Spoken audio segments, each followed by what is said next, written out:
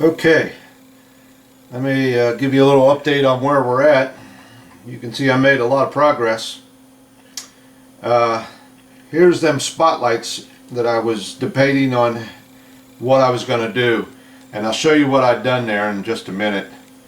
But I'm doing a lighting test here and make sure everything's still working, as you can see. But I got one light that's giving me a little bit of a fit. I got a bit, there it is. It's lit up. I don't know if you can see them all. It looks like I'm looking at the screen, but there's those two spotlights. Now they're going to get covered up. There's a piece right here that sits over the top of them. I don't have it on this side because I'm going to show you what I've done. But I've got a real menagerie here of wiring and stuff. So I'm going to go ahead and see that one keeps going out. I got a little bad connection right here. And I hope that's all it is. Every so often it'll come on. Oh well, we'll work on that.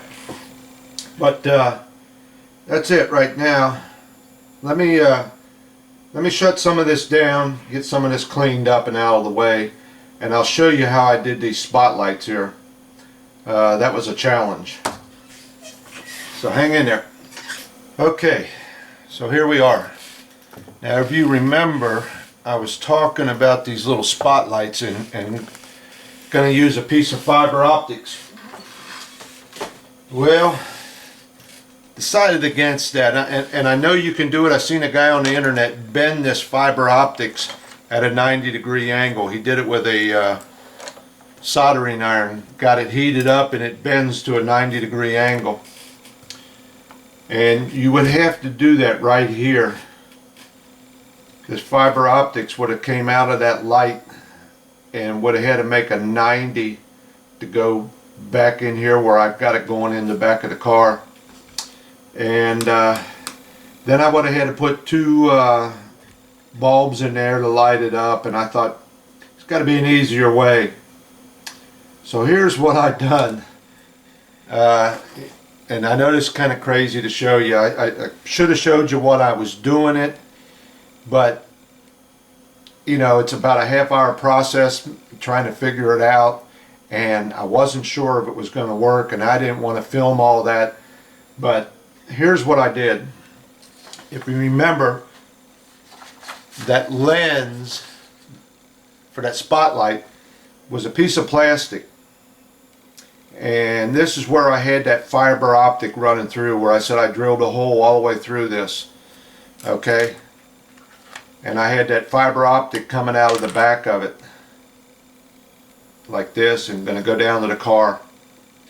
This here part sets down inside of the car, glues down inside the car. So what I've done was I went ahead and cut this off, cut this whole top of the spotlight off, and all I had was the base. So then I took one of those 1.8 millimeter LEDs and glued it on top of that base. So now here's your little base like this, and I glued that LED on top of it, sort of like that. Super glued it on there, and that seems to be working out pretty good. And then I took that shrink tubing and ran it all the way up to the back of it, of the LED, and ran it down inside the car. So if you look at it from the back, you see that shrink tubing looks like a piece of piping or a hose or something. So that's how I did it. I'm getting a bad connection there. And you really don't see it a whole lot from the top, because you're going to have this piece over here that goes on, this one right here, just sitting on there. So that's going to go on there, and it's pretty well hidden back up in here. Plus you still got the roof of the car to go on yet, and that's going to be a challenge in itself. I'll show you that in a minute. So that's how I did those LEDs. And for the spotlights. And what I did was, if you can see the directions on the plan here, this right here is the up against the back wall of the car, and there's the jet propulsion unit. I drilled a hole in the side of it right there and fit that shrink tubing and all right inside that hole. There's a big open void right inside here, so you got plenty of room inside there. So you can do fiber optics, put your bulbs in there. You can do a lot in this area right in here. There's a lot of open space right there. But that's what I did. I just ran that shrink tubing on down, drilled a hole big enough to accept it, and just ran it in there. And then I brought my wires down to the bottom of the car. Excuse me. Now, as you can see, I still don't have the cockpit in yet. That was supposed to be one of the very first things I did. The reason I don't have it in there is because I've got all this wiring up on the roof that has to come in here. And I don't know if it'll show up or not, but there's a hole down under here where all that wiring is going out through this car. So I'm going to have to get all that wiring down in there first, then glue the cockpit in, and then set my roof on. And these lights keep going. I'm just going to turn them off, shut them down. If you remember, I'll tell you a little trick I did on the door. How I was talking about I was going to run that wiring through that door. If you watch one of my other videos, I said there was a channel there, and I had to cut out one edge of it so I could run that wiring down through that channel for these lights up here in the front. And what I done was, let me see if I can find a picture of that door. Doesn't show it very well here. But here's the, well, it's not really a door, it's the inner panel. I think you get in and out of this thing through the roof. But anyway, they call it the right wall inside. There's a channel right there that I showed on one of the other videos. And what I done was I took a piece of the shrink wrapping stuff for electrical wire. Now this one's a little big. And I took a piece of this and I laid it down in that door channel, which enabled me to run my wiring in there without having to super glue it anywhere. So when I put the door in, I had the wiring in there. I put the door in there, and then I brought that firewall up and I just pulled on them wires from the other end and pulled it all up together. You understand what I'm trying to get at? So instead of trying to super glue or hot melt that wiring inside that door channel, I just put a piece of tubing in there and ran them wires in there, and they stayed right in there. I super glued that tubing onto that door channel and ran that wiring in there, and then I could pull on it from the other end as I positioned everything. Okay, this car is really going together nice. I tell you, this is, it's almost a precision made vehicle. There are 6 sections here on this outer side. There's 1, 2, 3, 4, 5, and there's another piece here, 6. And let me tell you something. Basically, this is the first piece here, the one with the window in it. And it's precise the way it fits. And if it isn't, none of these other pieces will fit off of it. You have to make sure that every piece you're putting on is in the exact position it has to be, or the next piece won't fit. And it really went together good. Now I will tell you this, I don't have any, I got it all assembled, but wherever a piece fits in to another part of the vehicle, there's them little tabs on there that, you know, stick into a slot. You know, you cannot have no paint, nothing on them little tabs, or they won't fit in. That's how tight the tolerances are on this vehicle. So I had to go along, here's a couple, I had to go along and scrape off. Let me see if you can see this. Let me move this out of the way. Like these little tabs sticking up here. you have to scrape off every bit of paint on there. Otherwise, they won't fit in their prospective slots. And then you also have to clean out the slots. Now, you know, if paint got on them. So I spent a lot of time doing that. But I'll tell you what, let me show you how precise this car is. There are a set of shocks back here on the back. Let me get this into view. A set of shocks, a set of braces, and a couple little struts or whatever you want to call them. So you got 1, 2, 3, 4, 5, 6 pieces all coming together with this rear airfoil, and they just line up perfectly. I don't know what to say. It's amazing that once you glue this thing on, all these other pieces just fall right into place. There's no having to mess around with anything. It's just, it amazes me how well precise this thing was built. And actually there's 2 pieces that go into the shock absorbers. So everything just fell into place. It's so well made. I gotta hand it to Morbius. They really did a good job on this. And it's really going together good. Now, I talked about tinting my windows. And if you can see, I did not tint them. Because I thought, you know what, I did all this work on this interior. I painted my computer screens. There's one there, there. I painted all the computer screens. Took my time to get the handles right on the steering mechanism. I just did a lot of work on the interior, and I thought I'm going to tint the windows and hide it. So what I've come up with is I'm actually going to light this interior. Now whether it's going to work or not, I don't know, because there is a lot of light gaps.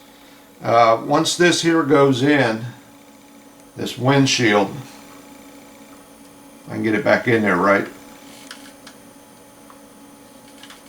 Once this goes in, you can see there's a lot of light gap all in through here. So I don't, you know, you still got the roof brace coming down. I don't know, we'll see what it looks like. But I do plan on lighting the interior, and I'll show you how I did that in just a second. But here's the problem I've got, and I'm going to have to really do some butchering on this. Here's my top panel. This won't fit on here all the way like down like it's supposed to, because the lights are up here. The lights are up here in these 2 corners. Let me move this out of the way. The lights that are up here in these 2 corners, they are interfering with the front windshield area. The corners of that front windshield area are hitting them 4 lights. So I'm going to probably have to take and cut off a big section right here to compensate for them lights being up in there, in order to get this to come down on there right. And then, you know, down all the way. So I'm going to have to work on this and get this figured out, because them lights really threw that off.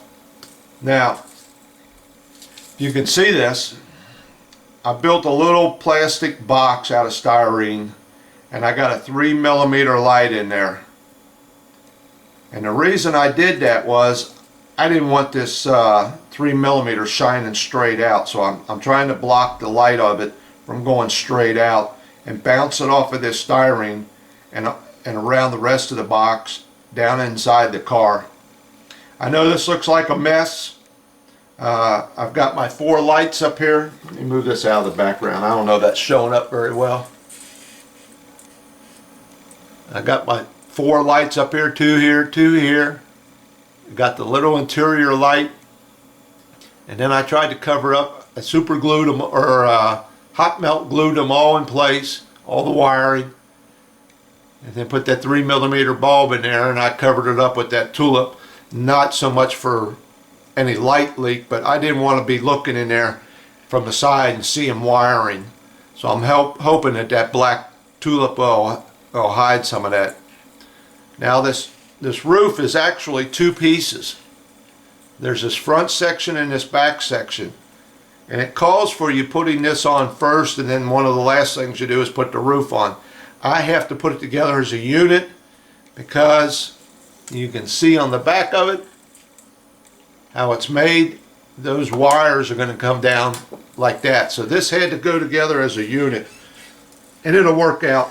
It'll fit on there. So that's where I'm at. But I did a little test of the interior light. I had it sitting on there at one time and had it turned on, and it actually lit up pretty nice. It didn't make it too bright, just enough to see the interior. And what I'm going to do is I'm going to have two switches. I'll have one switch for the interior light and another switch for all the lights on the car. So I think that's going to work out pretty nice. That way you'll be able to see inside the car and see all that work that was done. It's a shame that you spend all that time, what was it, 3-4 days on that interior, and then you put it together and you can't see it. So that's where it's at. Okay, so here I am. I swear this will be the end of this video. Here's the windshield. Like I said, I had to trim on it to get it to fit because of them 4 lights up on the roof, and you can really see how much I had to cut off. Let me bring this up a little closer. Maybe you can see it. I really had to whack them edges off in order to get that to fit up in there. But it fits now. Actually, I even had to cut into the frame of the windshield a little bit. Didn't hurt the integrity of the windshield at all. But let me get it in view. But I did have to cut into that edge of that frame that was on the inside. That's how far down I had to go. But I test fit it, and the roof fits up on there fine now. I even had the interior light working in it. So what I've done so far is I went ahead and glued in my center console, got that in there, and ran my wiring for this roof on down through it. So I'm just waiting for that console to set up before I go tugging on any of this wire to get it set right. But you can see here on the bottom where I got all that wiring coming out. This is all my roof wiring, and these are the other lights. Now, I don't know if this will show up. Let me get a little closer. This is that back part that I was talking about right here, where there's a whole bunch of room inside there. I could have ran all that wiring somehow over to there and come down through that. But I chose to go up here because it's up out of the way of this rear axle and that, and I think this is closer to the base, and you won't see them wires as much. It's maybe a ½ inch back further, but there's a 1/4 inch up higher. If you can see what I'm talking about. So I think I found the right spot, but you could have ran them wires into that big open void that I was talking about and came out through the bottom of this. Could have ran that way. You know, it's whatever makes it work for you. But that's the way it is. I'm waiting for that console to set up, and then I can get my windshield in and my roof on. So that's where I'm at, and I swear that's the end of this video here.